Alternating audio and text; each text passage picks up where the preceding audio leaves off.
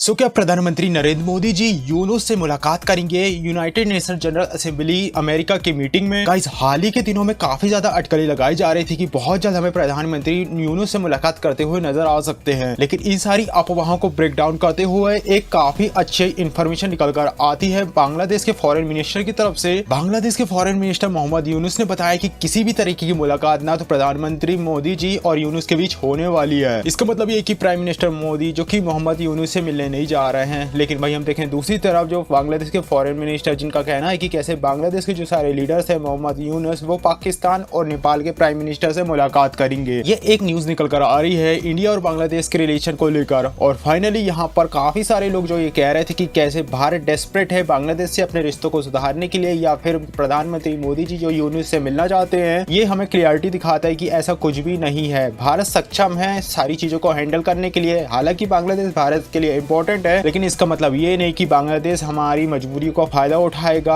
हम पाकिस्तान को टैकल कर सकते हैं, ठीक वैसे ही हम बांग्लादेश को भी टैकल कर सकते हैं, भले ही बांग्लादेश और पाकिस्तान चाइना की हेल्प क्यों ना ले ले। इस वीडियो में हम जानेंगे कि आखिर इन दोनों की मुलाकात क्यों नहीं हो रही है, क्या ये इत्तेफाक है या फिर इसके पीछे कोई रणनीति है। इन सारी चीजों को हम इस वीडियो में डिकोड करेंगे, तो वीडियो को एंड तक जरूर देखना क्योंकि तुम्हें काफी सारी इन्फॉर्मेशन मिलने वाली है इस वीडियो में। इस साल 21 से 23 सितंबर के बीच होने वाली यूनाइटेड नेशन जनरल असेंबली जो कि इस बार 79वीं ये समिट है, इसमें प्रधानमंत्री नरेंद्र मोदी तो जाएंगे लेकिन वह यूनुस से नहीं मिलने वाले। वही यूनुस हमारे पड़ोसी देश जैसे कि नेपाल और पाकिस्तान के प्रधानमंत्री से मिलेंगे। हालांकि यहाँ पर जो दोनों कंट्री के फॉरेन मिनिस्टर हैं ये जरूर मुलाकात करेंगे, यानी कि हमारे जो एस जयशंकर जी हैं और मोहम्मद यूनुस, इन दोनों के बीच मुलाकात होगी। दोनों फॉरेन मिनिस्टर के बीच मीटिंग जरूर होगी इस समिट में, यानी कि यहाँ पर लीडर टू लीडर कन्वर्सेशन नहीं होने वाली। हालांकि इनके बीच मुलाकात न होने का कारण बताया जा रहा है कि दोनों देश के जो नेता हैं उनकी टाइमिंग मैच नहीं कर पा रही है। इसे हम इस चीज से समझ सकते हैं कि कैसे 23 तारीख को पीएम मोदी जी अमेरिका जाएंगे, यूनाइटेड नेशन जनरल असेंबली में अपना डायलॉग देंगे, अपनी स्पीच देने के बाद वे वापस इंडिया लौट आएंगे। और इसी के बाद जो यूनुस हैं वो कि 24 तारीख को वापस से अमेरिका जाएंगे। यूनुस 24 सितंबर को यूनाइटेड नेशन यानी कि न्यूयॉर्क पहुंचेंगे। अब इस चीज को देखकर ये बताया जा रहा है कि ऑफिशियल रीजन ये है कि दोनों की टाइमिंग मैच नहीं कर पा रही है। लेकिन यहाँ पर भी ये सवाल उठता है कि क्या अगर प्राइम मिनिस्टर मोदी अगर मिलना चाहते तो वह एक दिन का डिले कर सकते थे। अक्सर आपने देखा होगा कि सोशल मीडिया में बांग्लादेश की तरफ से जो नेता हैं या फिर उनकी जनता है उनका यही मानना है कि इंडिया डेस्परेट है बांग्लादेश से संबंध को स्थापित करने के लिए। हालांकि वहां से जब शेख हसीना निकल गई तो लोगों का कहना था कि अब वो भारत का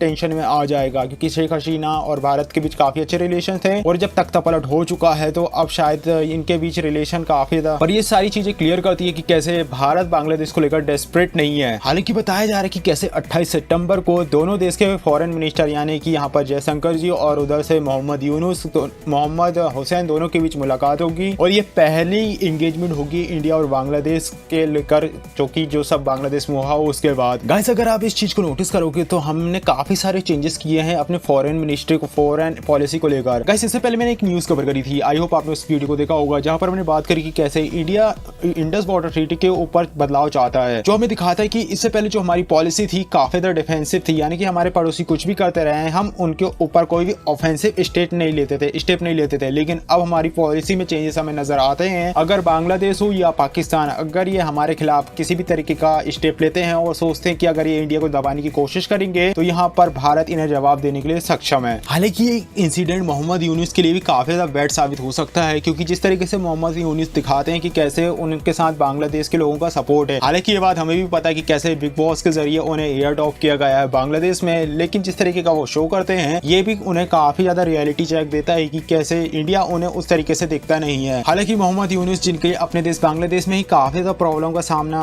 करना पड़ रहा है उन्हें, और ये दिक्कतें बढ़ भी सकती है, जैसे कि काफी ज्यादा जेनोसाइड किया गया बांग्लादेशी हिंदुओं के साथ, और जिस तरीके की वहां पर जो चकमा वाला इंसिडेंट हुआ था ट्राइबल्स एरिया में, वो सारी जगह पर भी प्रोटेस्ट हो रहे हैं। और यहाँ पर उनके ही देश में उनके खिलाफ अब काफी ज्यादा प्रोटेस्ट होना शुरू हो चुके हैं, और ये पक्का नहीं है कि कब तक ये वहाँ के हेड बनकर रहते हैं। यही नहीं, इससे सबसे बड़ी प्रॉब्लम बांग्लादेश के लिए है वो है उसकी इकोनॉमी। जिस तरीके से श्रीलंका का हाल हुआ था बांग्लादेश का हाल भी वैसा ही होने वाला है। बांग्लादेश का फॉरेक्स रिजर्व जो कि काफी ज्यादा कम हो चुका है, यहाँ तक कि इन्हें $5 बिलियन की इमरजेंसी सपोर्ट की जरूरत है। ये इन्हें मिला है IMF से। देखो समझ सकते ना, ये भी वैसा ही रोड मैप नजर आ रहा है जैसा कि श्रीलंका के साथ हुआ था। और अगर श्रीलंका बांग्लादेश में भी ऐसा ही होता है तो जिस तरीके से वहाँ के राष्ट्र पक्षी वहाँ के पीएम प्रधानमंत्री को भागना पड़ा था, शायद बांग्लादेश में भी वैसा कुछ हो। यही नहीं, यहाँ पर आर्मी का भी काफी बड़ा रोल नजर आ रहा है। जैसे कि आपको पता है कि कैसे कैसे पाकिस्तान की जो जनता है उस पर राज करती है असल में आर्मी, वहाँ की जो गवर्नमेंट होती है वो सारी पॉपेट गवर्नमेंट होती है। यही हालत अब फ्यूचर में बांग्लादेश में होते हुए नजर आ सकती है, क्योंकि अगर बांग्लादेश की इकोनॉमी मोहम्मद यूनुस संभाल नहीं पाते हैं तो आर्मी के पास मौका होगा कि वे यहाँ पर उन्हें टेक ओवर करके अपना राज स्थापित कर ले। और कहीं ना कहीं आर्मी यही चाह रही होगी कि कैसे बांग्लादेश बिल्कुल भी ना ठीक हो, यानी कि उनकी इकोनॉमी ठीक ना हो। हालांकि जिस तरीके से शेख हसीना की सरकार को भी यहाँ पर आर्मी ओवरटेक कर सकती थी, लेकिन ये काफी बड़ा स्टूडेंट मूवमेंट था और उन्हें पता था कि कैसे अभी भी लोगों के दिमाग में डेमोक्रेसी है, उनके दिमाग से डेमोक्रेसी को निकालना होगा, तब जाके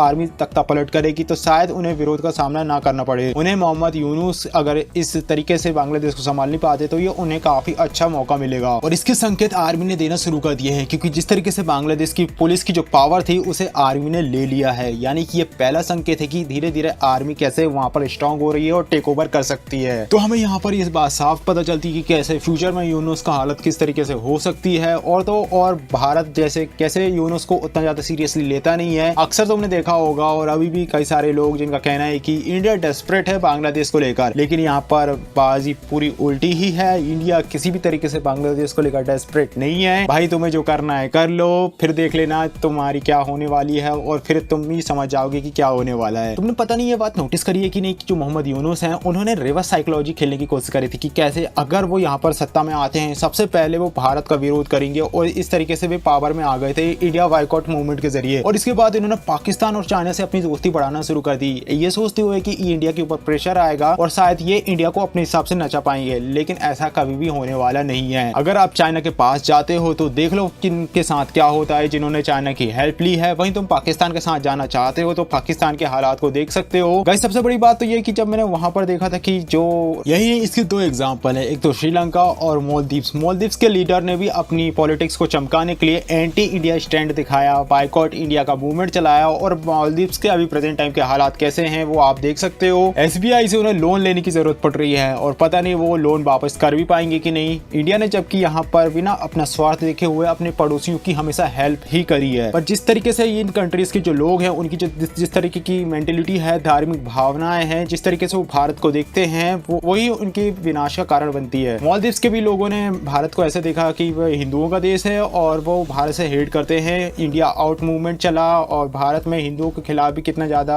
नेगेटिव कमेंट किए गए मालदीव्स की तरफ से। प्रधानमंत्री मोदी जी का मजाक बनाया गया। पर आखिरकार मालदीव्स के साथ क्या हो रहा है ये तो पूरी दुनिया ही देख रही है। और अगर बांग्लादेश भी इसी रास्ते पे चलता है तो समझ सकते हो कि क्या होने वाला है। यही नहीं, जब श्रीलंका ने चाइना की हेल्प ली थी, कई सारा लोन ले लिया था और जब श्रीलंका डूबा था तो उसे इंडिया ने ही हेल्प करी थी। तो ये कई सारे एग्जाम्पल हैं। चाहे तो बांग्लादेश के PM यूनुस इन सारी चीजों से समझ सकते हैं, नहीं तो जो होना है वो तो होकर ही रहेगा। सो गाइस ये थी एक छोटी सी वीडियो जहां पर हमने बात करी कि कैसे प्रधानमंत्री मोदी जी और यूनुस के बीच जो मुलाकात नहीं हो रही है ये कोई टाइमिंग इशू की तरह तो नजर आ रहा है, पर ये वैसा नहीं है। और आखिर हम कैसा ट्रीट करना चाहते हैं बांग्लादेश को या फिर यूनुस को, ये हमने शो कर दिया है। हम बिल्कुल भी डेस्परेट नहीं है बांग्लादेश को लेकर। So guys I hope video तुम्हें पसंद आई होगी। वीडियो अच्छा लगा तुम्हारा क्या ओपिनियन इस टॉपिक के ऊपर, तो आप कमेंट बॉक्स अपना ओपिनियन शेयर कर सकते हो। मिलते हैं नेक्स्ट वीडियो में, तब तक के लिए बाय।